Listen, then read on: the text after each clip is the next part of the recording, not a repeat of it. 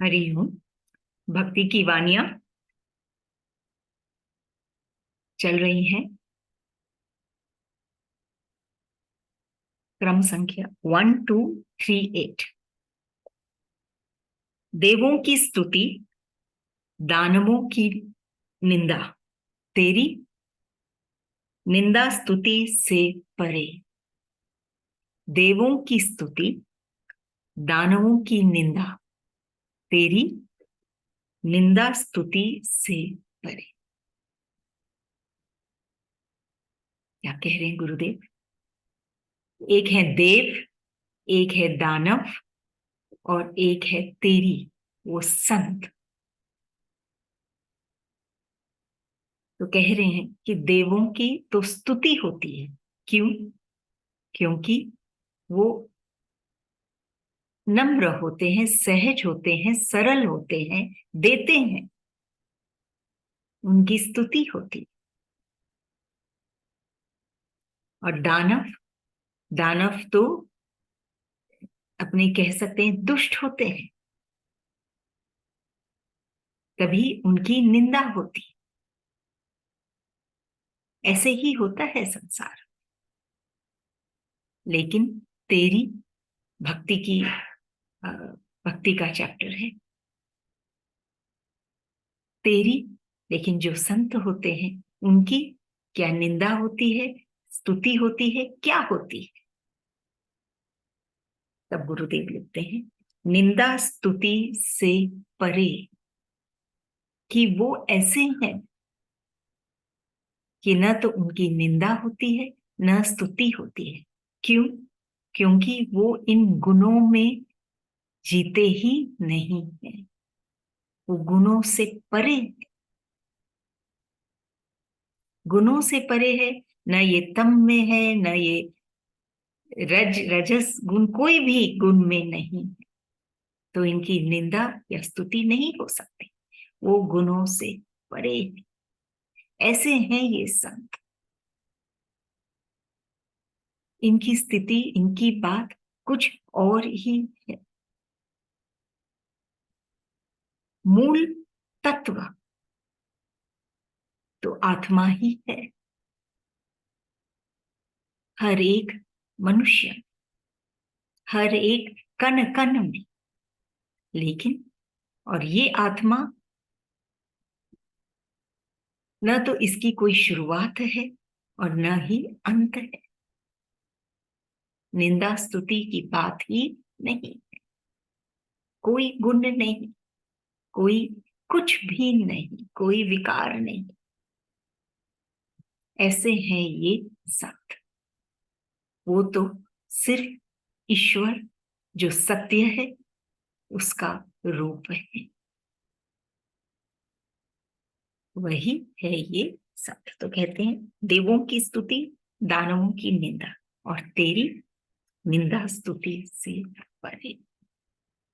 संत से हम मिलते हैं, उनकी शरण लेते हैं, शरणागति पाते हैं, तो हम ये निंदा, ये स्तुति, न तो देव के जैसे स्तुति तो होती है, लेकिन फिर भी उनके मन में कोई ना कोई बात रहती है, या दानव के जैसे कष्ट पाते हैं।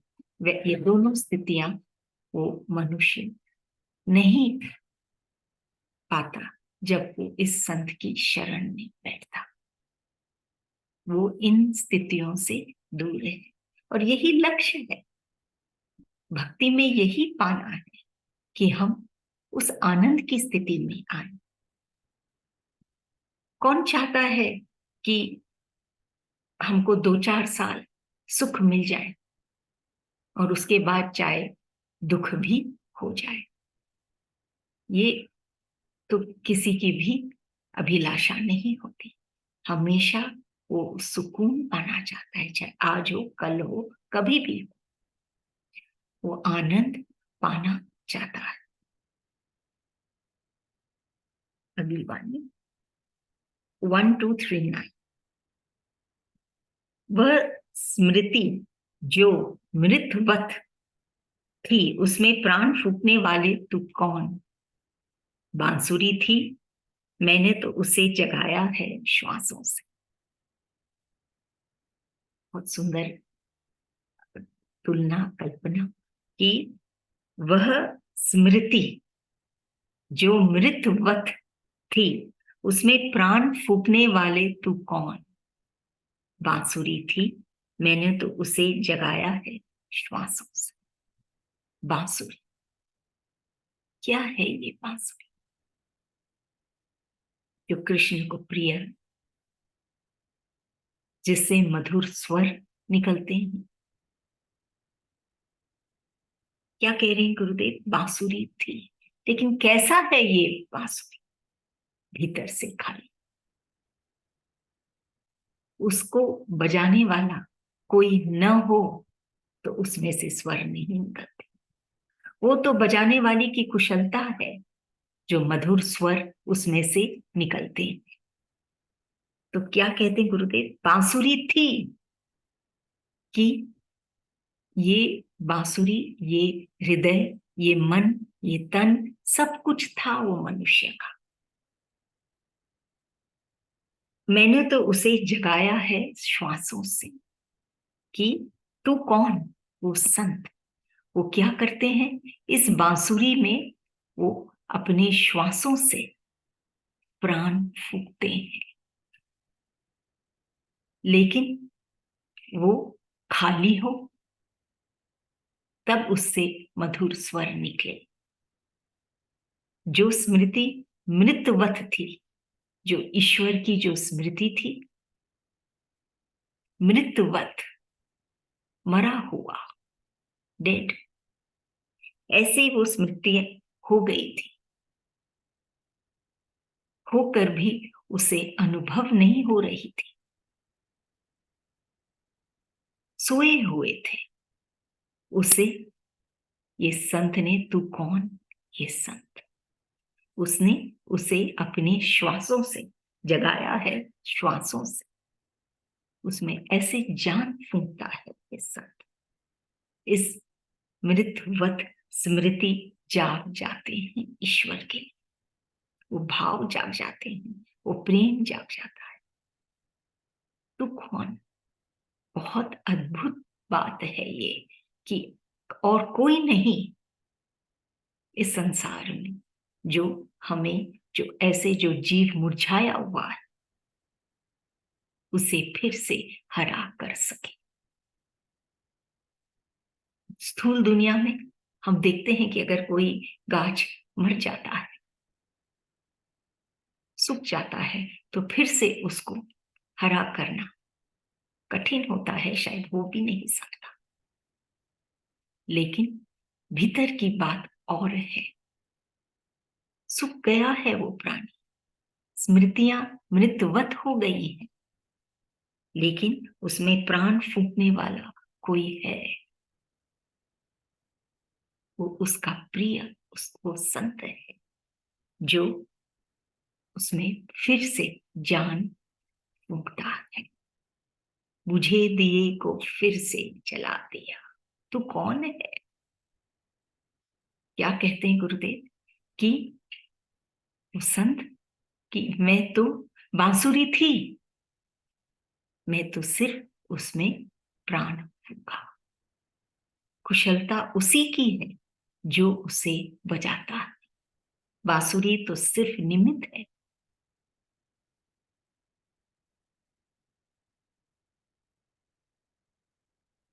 उसमें जान, प्राण, संगीत, मधुर स्वर तो वो ईश्वर, वो कृष्ण ही फूंकते।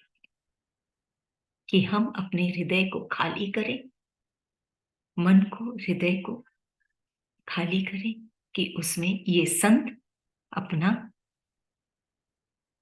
अपने श्वासों से जान फूंक सके, कि हम फिर से हरे हो जाए और हमारा जीवन मधुर संगीतमय हो जाए। अगली वाणी 1240, 1240। अपने को देखूं, सपनों को देखूं, अपनों को देखूं, सपनों को देखूं, प्रत्यक्ष को देखूं, तू ही बता क्या क्या देखूं, अपने को देखूं, अपनों को देखूं, सपनों को देखूं, प्रत्यक्ष को देखूं, तू ही बता क्या क्या देखूं।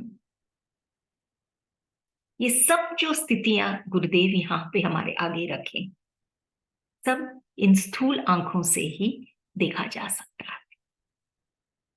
अपने को देखूं, खुद को देखूं, या अपनों को देखूं जो हमारे इर्द गिर्द है, हमारे पास है, उनको देखूं। देखूं कि उनका ही विचार करूं, उनको ही जानूं, उनको अपना जीवन उनको ही समर्पित करूं। सपनों को देखूं, एक ऐसी स्थिति फिर सिर्फ तन से जुड़ी है। ये सब से वो घिरा हुआ है ये मनुष्य, खुद से, अपनों से, सपनों से, या प्रत्यक्ष को देखो कि जो दिख रहा है सामने, उसे देखो, उसे सत्य मानो। किसे मैं सत्य मानूं? तू ही बता मैं क्या क्या देखूं। उलझा हुआ है वो, कहां जाना है, किसकी ओर जाना है, वो उसकी समझ में नहीं आ रहा। तभी वो कहता है अपने प्रभु से कि तू ही बता क्या क्या देखूं। जब तक ये स्थूल दुनिया में वो फंसा हुआ है, तब तक उसे यही सब दिखेंगे। लेकिन वो और कुछ चाहता है, क्योंकि ये सब को देखकर वो क्या पाता है? सिर्फ और संघर्ष, और बेचैनी, और क्लेश, यही वो पाता है। तो अब वो और कुछ देखना चाहता है। वो और किसे देखना चाहता है? वो सराउंडेड तो इन्हीं लोगों से है, सपनों से, चाहे प्रत्यक्ष में जो दिख रहा है उससे, चाहे अपनों से या खुद से। अब ये कौन कौन है जिससे उसकी ये विचारधारा, उसकी मन की स्थिति बदल जाए? तभी कहते हैं तू ही बता क्या क्या देखूं। जब वो देखता है अपने इष्ट को, प्रभु को, क्योंकि बेचैनी है भीतर, ये सब को देखकर भी वो चैन नहीं पाता है। वो उससे देखना चाहता है, उसे अनुभव करना चाहता है। जब वो देखता है अपने इष्ट को, फिर और कुछ देखने की आवश्यकता ही नहीं है। और उसे वो देखता है अपने भीतर की आंखों से, भीतर में अपने भाव से, भाव की आंखों से, प्रेम से, प्रेम के प्रकाश से वो अपने भीतर उसको देख पाता है। उसे देख लिया, फिर और कोई चीज देखने की उसकी अभिलाषा नहीं रहती है। हर एक स्थान में, हर एक परिस्थिति में, हर एक व्यक्ति में, प्रत्यक्ष में हो, सब, हर एक स्थिति में वो उसी को देखना चाहता है और उसी को देखता है। एक बार वो अनुभव करे कि गुरुदेव बोल रहे हैं भक्ति में अनुभव करो। ये सब में विचरण करके वो शांति नहीं मिलेगी। उससे देखो अपने भीतर में, उसको जानो, उसको महसूस करो, तो जीवन सार्थक होगा, जीवन में आनंद पाएंगे।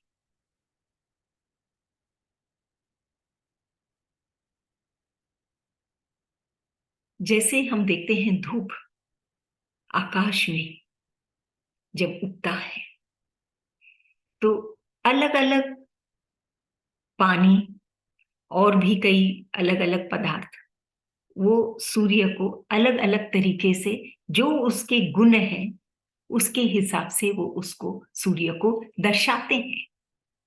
जैसे पानी में हम देखते हैं सूर्य कैसे दिखता है, रिपल्स में। कोई और पदार्थ में अलग तरीके से वो सूर्य दिखता है, अपने अपने गुण के हिसाब से। वो पानी का, वो चाहे कोई शीशा हो, कुछ भी हो, अलग अलग ढंग से उसका, सूर्य का रिफ्लेक्शन हम, प्रतिबिंब हम देखते हैं। ये है बाहर की बात। लेकिन एक संत के भीतर से वो देखता है, अपने आप में भी जो परिवर्तन हम देखते हैं, तो हम किसे देखते हैं? उसी ब्रह्मन को देखते हैं जो अपरिवर्तनशील है, अनचेंज्ड है। जब हम चेंज देखते हैं अपने आप में ईश्वर की ओर, तो हम क्या देखते हैं? हम उस ब्रह्मन को देखते हैं, उस ब्रह्म को देखते हैं जो अनचेंज्ड है। हम चेंज होते हैं और हम उसे देखते हैं जो अनचेंज्ड है। ऐसे ही वो संत, वो भीतर की आंखों से देखता है। उसके वो गुण नहीं है उसमें, वो गुणातीत है। तभी वो सिर्फ वो ईश्वर को अपने स्वरूप में देखता है और अपने में ही समा लेता है। बाहर के रिफ्लेक्टिंग सर्फेसेस और ये संत के भीतर के हृदय की बात, बहुत अंतर है। वो भीतर की आंखों से जब देखता है, तो सबसे पहले वो खाली ईश्वर को देखता है और वो एक ही रूप में उसको, स्वरूप में ईश्वर को देखता है। बाहर में हर जन अलग अलग तरीके से देखते हैं जो बाहर की चीजें हैं। इस स्थूल दुनिया में कितना भ्रमित कर सकते हैं। पानी में देखेंगे तो सूर्य ऐसे नजर आएगा, शीशे में देखेंगे तो सूर्य ऐसे नजर आएगा। कितना भ्रम। लेकिन वो संत अपने भीतर से देखता है ईश्वर को, क्योंकि भीतर में ईश्वर ही है और वो एक ही रूप में नजर आता है। वही स्वरूप सत्य का उसमें नजर आता है।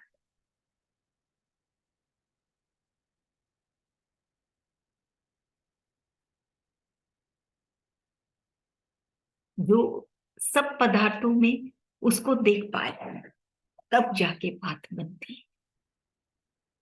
पहले वो अपने भीतर देखे। तो बांसुरी, तू ही बता क्या क्या देखूं। जितना देखेगा उतना और दुविधा में पड़ेगा और कष्ट पाएगा। उसे देख लेगा, फिर और कुछ देखने की आवश्यकता नहीं। 10 होते हैं तो चॉइस करना मुश्किल है, 5 थोड़ा कम मुश्किल, एक ही हो तो सहजता से हम उससे जुड़े जाते हैं, उसी का चॉइस करते हैं। ऐसी स्थिति में हम आए कि जितना निरर्थक है उसे हम हटाएं और सिर्फ उसको देखें। जैसे कहा गया है कि अनेक भगवान है, नहीं। एक भगवान है, नहीं। सिर्फ भगवान है। ये भी नहीं कह सकते कि सिर्फ एक भगवान है, भगवान है बस।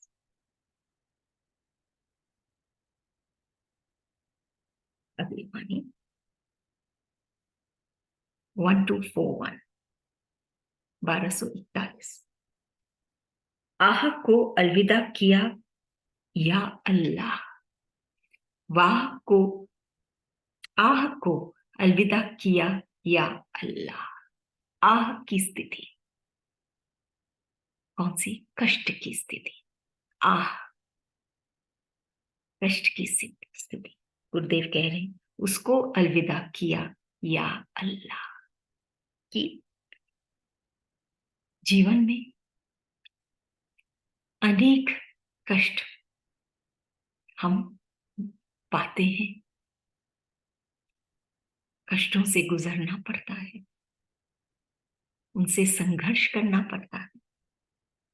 तब कह रहे हैं गुरुदेव, जब तक सत्संग नहीं मिलेगा, जब तक वो संत नहीं मिलेंगे, तब तक आह से उठेंगे नहीं और उलझते जाए।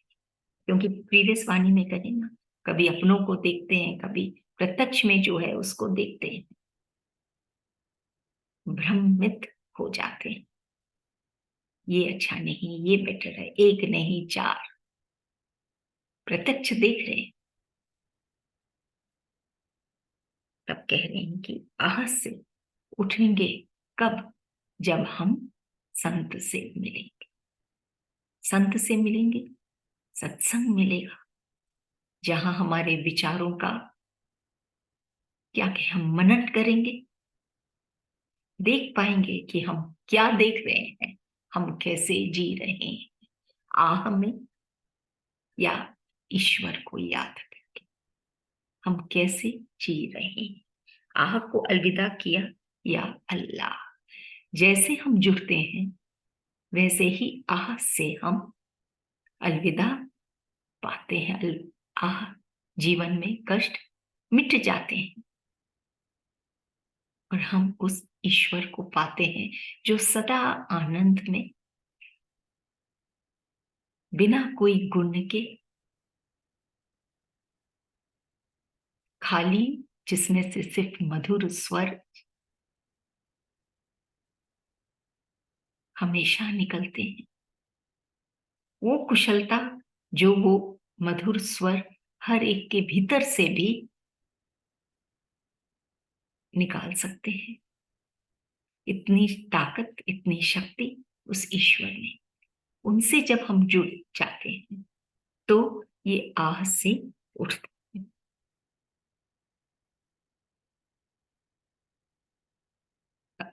वो तो ये सोचता है कि पहले ही अगर वो जुड़ जाता तो ये आह की स्थिति ही नहीं आती उसके जीवन में।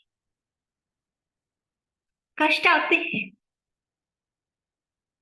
धोखे होते हैं, लेकिन वो शक्ति है उस ईश्वर की जिससे वो खड़ा हो पाता है।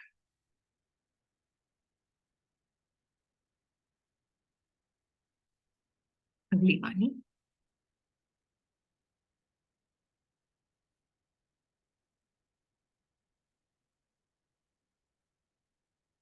1 to 4। कभी विकास करता है, कभी विनाश। प्रकाश क्यों नहीं देता कि आकाश पताल एक हो जाए। कभी विकास करता है, कभी विनाश। प्रकाश क्यों नहीं देता कि आकाश पताल एक हो जाए। कि बाहर भी ले सकते हैं, हम भीतर भी ले सकते हैं। बाहर में भी कभी विकास करता है, कभी विनाश, कभी दुख, कभी सुख। इसी में वो क्या कहे, जीता है वो भक्त कि कभी, और यही स्थिति है उसके भीतर के विचारों की। कभी वो विचार उसको विकास की ओर लेके जाते हैं और कभी विनाश की ओर। सब कुछ ये विचारों का खेल है।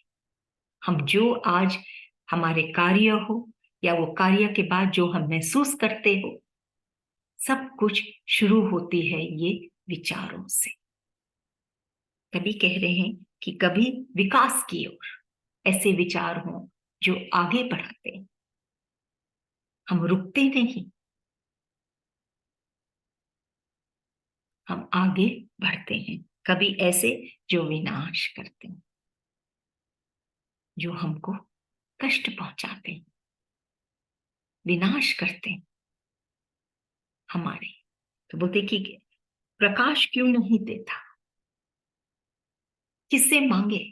जो जिसके पास है वही वो दे सकता है, उसी से मांगा जा सकता है वो पदार्थ। यहां भक्त है, अपने प्रिय से मांगता है कि क्यों नहीं देता है प्रकाश, कि आकाश पताल एक हो जाए। कि हम कुछ भी कष्ट या सुख महसूस नहीं करें, बल्कि उस आनंद की स्थिति में आ जाए। न बाहर में और न भीतर के भीतर में। आकाश पताल दोनों एक्सट्रीम एक हो जाए कि न हम सुख में फूले और न हमको दुख दबोचे। ऐसी स्थिति हमारी क्यों नहीं बनाता, क्यों नहीं प्रकाश देता? बिना प्रकाश के दिखेगा नहीं। अंधकार में हम अक्सर टकराते हैं। विडंबना की तो तब बात है जब दिन हो, सूर्य की रोशनी हो और फिर भी हम टकराते। लेकिन ये जो प्रकाश है, जो ये भक्त मांगता है, ये भीतर के अंधकार को मिटाती है। क्या तो अंधकार रह सकता है या प्रकाश? अंधकार को मिटाया, ये प्रकाश में वो शक्ति पाता है। क्योंकि प्रकाश क्या चीज की? ईश्वर के प्रेम की, अपनेपन की। कि वो आकाश हो चाहे पताल, कहीं भी हो, कैसी भी स्थिति क्यों ना हो, मन की स्थिति क्यों ना हो, वो आराम ही पाता है। राम जो आ जाता है उसके रोम रोम में। बहुत सुंदर वाणियां ये सब भक्ति की। एक अलग दुनिया, एक अलग स्थिति भीतर की, एक अलग तीव्र गति, जहां पे कोई भी अभाव नहीं, सिर्फ दुख सुख नहीं, बल्कि वो शाश्वत आनंद, वो शांति वो पाता